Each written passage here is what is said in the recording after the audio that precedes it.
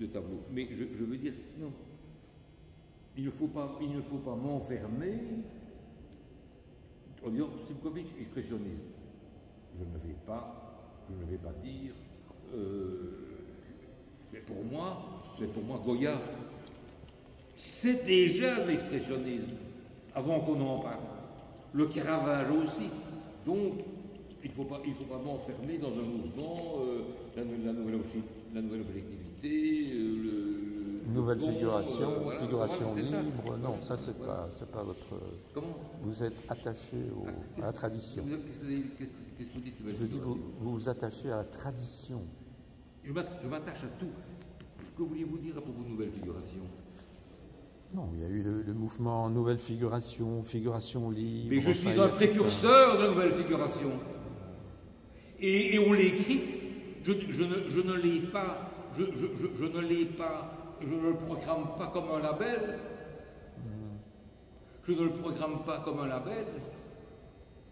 Dans quelle année vous avez commencé dans les années 70, non? Moi, j'ai commencé à peindre que j'avais 12 ans. 12 ans. Et j'en ai 73. Ah, ouais. D'accord?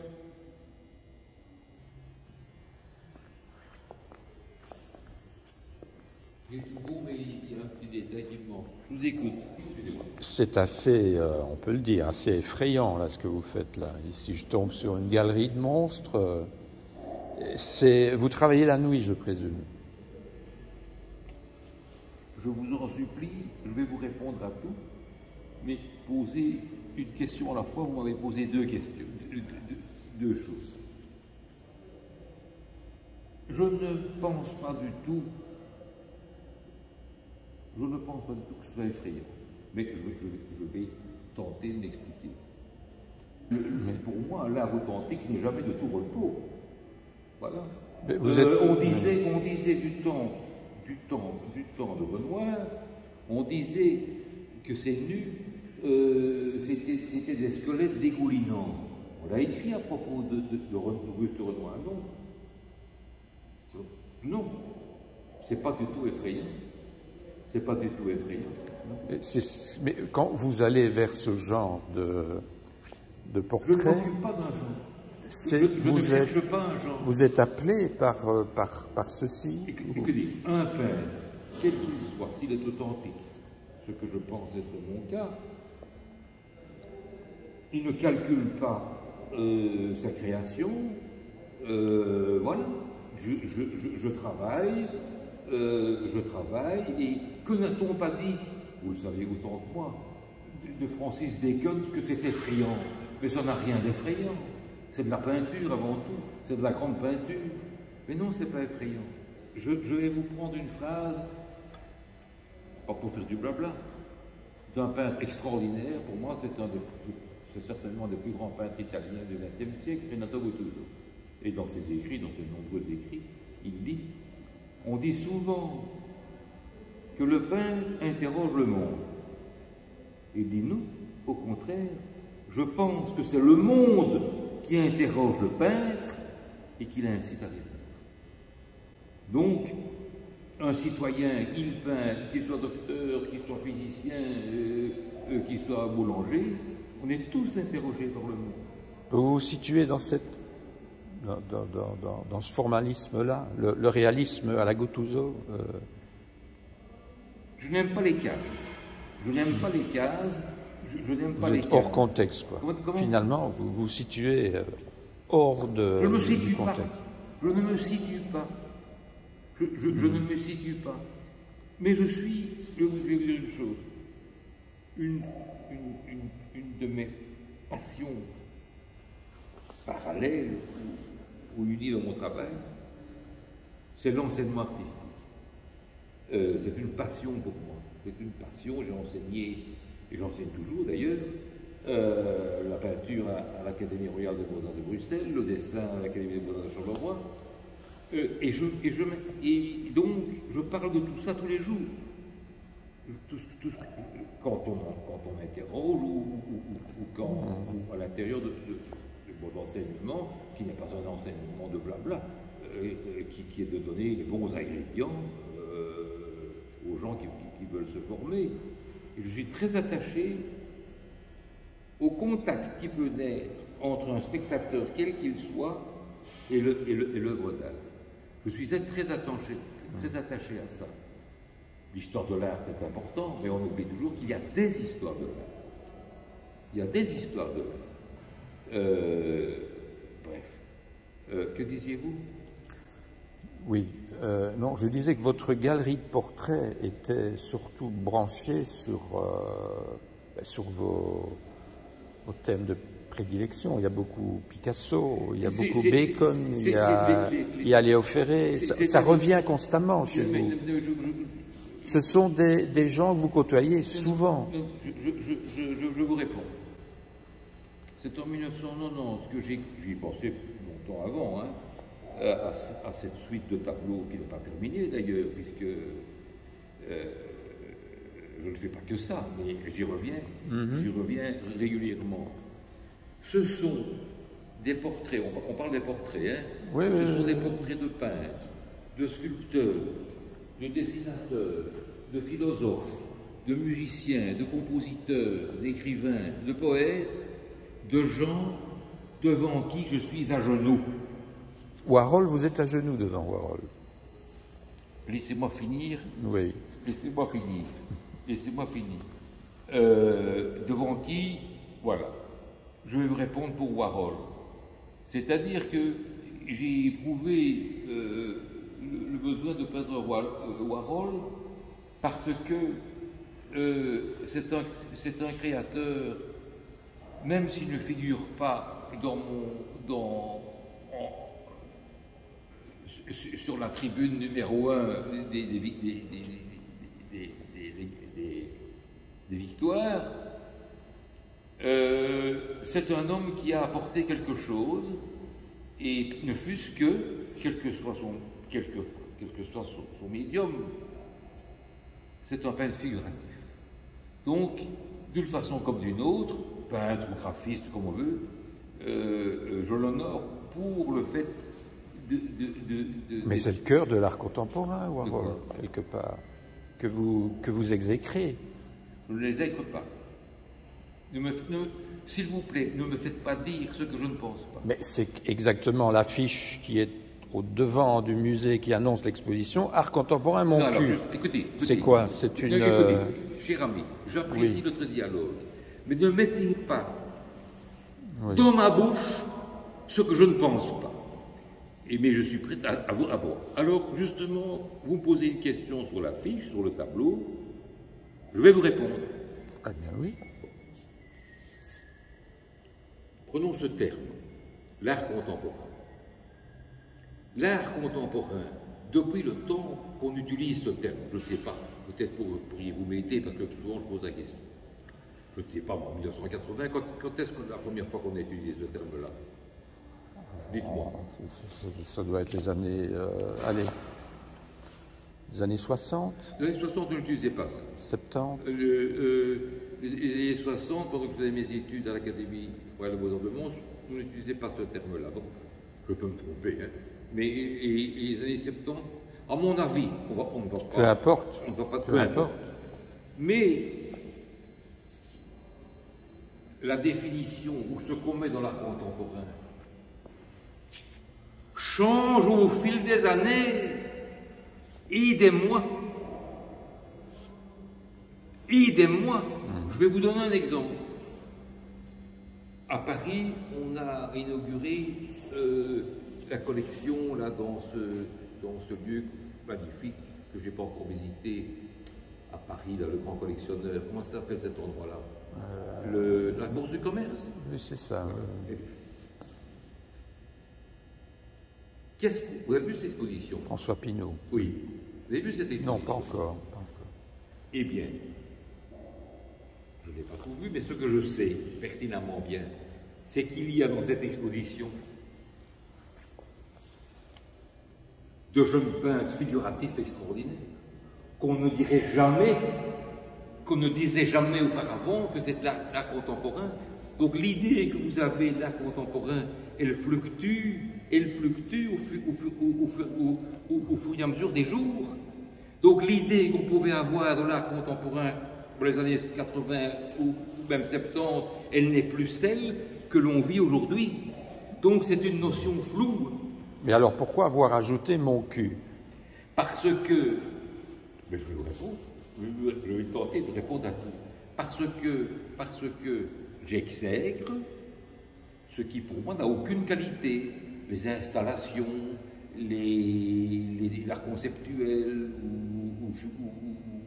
enfin, bon, j'exècre ce qui a été inclus fondamentalement, mais ce n'est plus le cas aujourd'hui. Je vais vous dire, ce n'est plus le cas aujourd'hui. Donc, bien sûr, dans cet éventuel contenu qui a été à un moment l'art contemporain, bien sûr, je trouve que c'est de la merde, donc mon cul. Mais ce n'est pas le même, et c'est pas pour ça que je retourne ma veste. On peut vous répondre la même chose dans des peintures, des peintures figuratives, il y a des croûtes, il y a des œuvres d'art. Moi, je m'intéresse c'est bon pour tout. Je m'intéresse aux grands peintres, je ne m'intéresse pas aux croûtes. Je m'intéresse aux grands peintres, les croûtes ne m'intéressent pas, quelle que soit la dénomination. Mais c'est quoi la définition d'une croûte d'abord? C'est quoi? Le problème avec vos questions, c'est que je les aime bien, et vous prenez la tangente. Moi, ce que j'essaie, c'est de répondre jusqu'au bout à vos questions, sans vouloir être trop long. Je vais vous donner des exemples. Art à Bruxelles, hein, qui est classé parmi les grandes foires d'art contemporain. Or, c'est pour ça que je vous dis que cette notion fluctue. Je ne vais pas souvent, mais enfin, je sais pas, il y a quelques années, j'y étais, et dans un stade, il y avait un tableau magnifique de cette peintre américaine qu'on commence depuis quelques années, Alice Neel, qui est morte en 1980. Je ne sais pas si vous connaissez son œuvre, on commence à la redécouvrir. Ça devient une star. Tant mieux, elle est morte, mais tant mieux pour elle. Il y avait un tableau d'Alice Neel dans une galerie d'art contemporain. C'est bien la preuve que la notion a changé. Donc on peut dire que maintenant, vous êtes en paix avec l'art contemporain. Non, oui, parce que l'art contemporain, c'est moi. Ça, c'est autre chose. C'est vous. Oui, enfin, entre autres. Vous revendiquez aujourd'hui... Je ne revendique rien, je le dis. Ce n'est pas une revendication. Ce n'est pas une revendication. C'est une affirmation. Mais ce n'est pas une revendication. Ouais, évidemment. Mais alors, moi, je vais vous dire quelque chose. Si vous me laissez le dire. Je vous laisse. Hein? Allez-y. Bon. J'ai côtoyé pendant au minimum 15 ans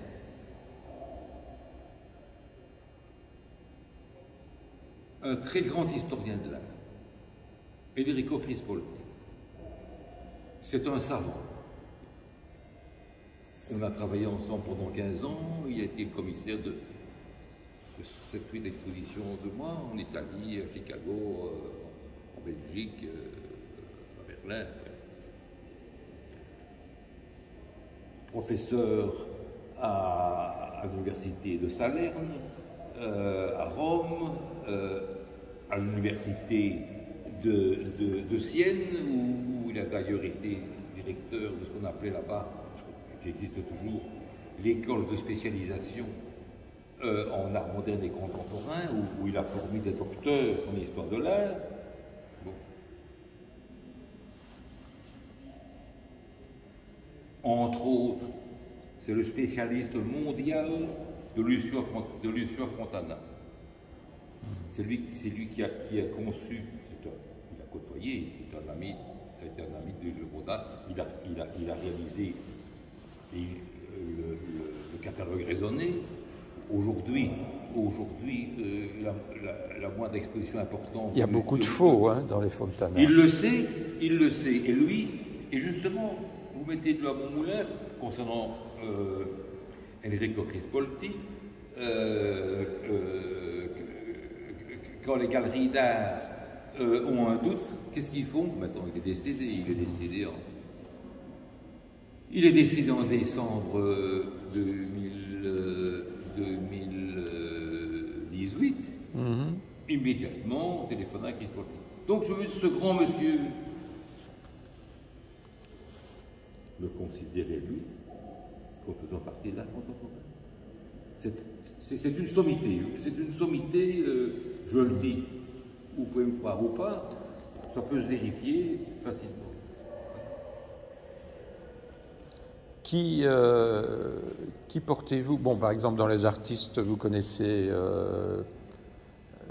les artistes belges vivants. Que pensez-vous, par exemple, de Lizen ou de Charlier? Moi, je considère, j'adore votre question, et je vous réponds droit dans les yeux. Le plus grand peintre, sculpteur belge, vivant, pour moi, c'est Octave Landolt, qui va avoir 99 ans dans quelques jours. Comment? Octave Landolt, vous ne connaissez pas? Landolt. Oui, L-A-N-D-U-Y-T. Oh oui, c'est un flamand. C'est un flamand, tout à fait. Expressionniste. Je ne mets pas d'étiquette. Je ne mets pas d'étiquette. D'accord. Non, mais je vous ai clairement posé la question. Que pensez-vous, par exemple, de l'œuvre de Charlier et de Lizen? Ça, c'est votre deuxième question. Vous avez commencé à me demander que pensez-vous des peintres belges. Avant de me citer Charlier et Lizen, j'essaie de vous suivre.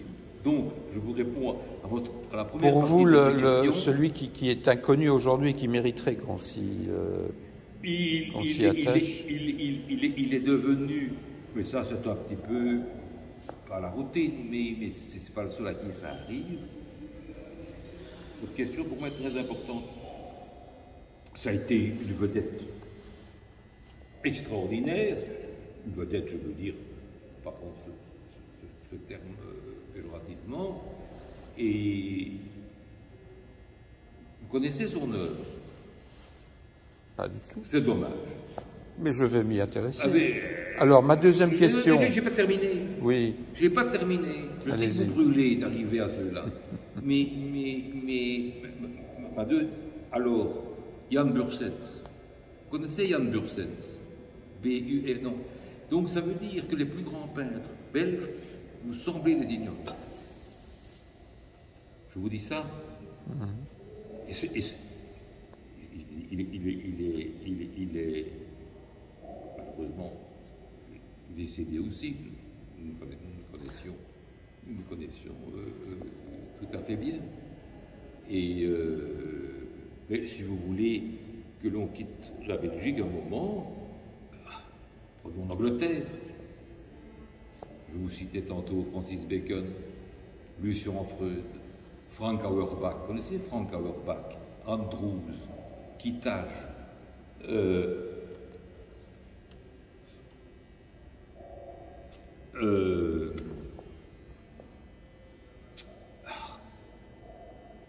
qui a une magnifique exposition en ce moment à Brossailles, à Bruxelles, David Hockney, qu'on a classé dans la période pop, puis qu'on a classé autrement. Mais aujourd'hui, vu que cette notion, comment vais-je dire, caméléon, se transforme, il est considéré comme un grand artiste contemporain, de l'art contemporain. Vous comprenez ce que je veux dire? Non, mais je comprends. Voilà. Alors, je reviens à ma deuxième question, parce que vous avez eu le temps de réfléchir. Que pensez-vous du travail des gens comme Charlier ou Lizen, par exemple? Je ne cite pas les autres, hein, mais bon... Je ne suis pas touché. Teumans. Non, mais... Commençons par... Allez, commençons par Lizen. Commençons par Lizen. Je ne connais pas très bien, je connais un peu. Je ne suis pas, je dois avouer, je ne suis pas très sensibilisé, sans mauvaise grâce, à ce qu'il a fait. D'accord. Voilà. Et je vous dis aussi droit dans les yeux, peut-être que je suis passé à côté de ce qu'il faut découvrir. Duchamp, par exemple. Duchamp est un homme extrêmement intelligent. J'ai lu beaucoup de choses très pertinentes, comme on dit aujourd'hui. C'est un homme très intelligent, mais quand on voit Duchamp, il faut comme pour tout créateur, il faut prendre l'ensemble de l'œuvre. Oui, bien sûr. L'ensemble de l'œuvre.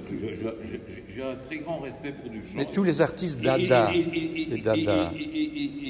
d'ailleurs, parce que vous parliez de mes portraits, de ce titre générique, portrait d'artiste, elle n'est pas finie, hein, que ce soit des peintres ou des écrivains, bon, chaque chose en son temps, mais Marcel Duchamp est une tête que je vais peindre, parce que j'ai un très grand respect pour ça. Ah, vous ne l'avez pas encore fait? Non, je n'ai pas fait. Mais ça, c'est ce que j'aurais aimé voir dans cette exposition. On va dire qu'ici, on a l'impression de vous revisiter, que depuis 30 ans, vous ne changez pas de style. Moi j'essaie, comprenez-moi bien. Hein? Comprenez-moi bien. Vous voyez que je ne me défile pas à vos questions, mais n'en posez pas 4 à la fois, parce que sinon je vais me perdre. C'est-à-dire que il faut du temps pour peindre. Il faut du temps pour peindre un tableau. Comment vais-je dire, vous regrettez que celui-là n'est pas là ou que celui-là n'est pas là. David Hockney n'est pas encore là non plus. Vous voyez ce que je veux dire? Chaque chose en son temps. La nécessité vous porte finalement à tout ceci. Ce sont des toiles anciennes. Non, il y a des tableaux de toutes les années. D'accord. De toutes les années confondues. Je ne sais pas si vous connaissez les écrits de James Ensor, l'écrivain français. Hein. Vous connaissez les écrits de James Ensor? Pas tous, quelques-uns.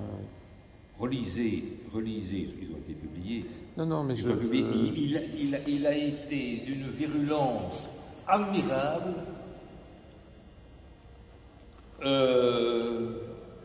contre pas mal de choses, hein, les architectes de la côte belge ou tout ce que vous voulez, et contre les décideurs culturels, hein, parce qu'il a été omni. Hein. Il a été omni. La chance d'Ensor, c'est de vivre vieux. Hein, voilà. Donc voilà, une espèce d'hommage, on va dire, à James Ensor. Alors la Shoah vous préoccupe toujours beaucoup, apparemment. Vous avez ici le charnier, enfin toute la... Mais je ne vais pas dire que c'est une... Il faut bien choisir les mots comme pour toute chose. C'est pas que ça me préoccupe, mais c'est comme ça. Je veux dire, comme le disait magnifiquement et 100 fois mieux que moi, le grand écrivain Patrick Modiano. Il disait, je ne sais pas quel âge il a maintenant, mais il disait, nous sommes en parlant de lui et de ses contemporains juifs, nous sommes de la deuxième génération, c'est-à-dire les gens qui n'ont pas connu cette épouvante, et nous ne pouvons pas faire, je traduis un peu ces paroles, nous ne pouvons pas faire autrement que d'être lié à ça. D'être habité. Pardon? Que d'être habité. Oui, voilà.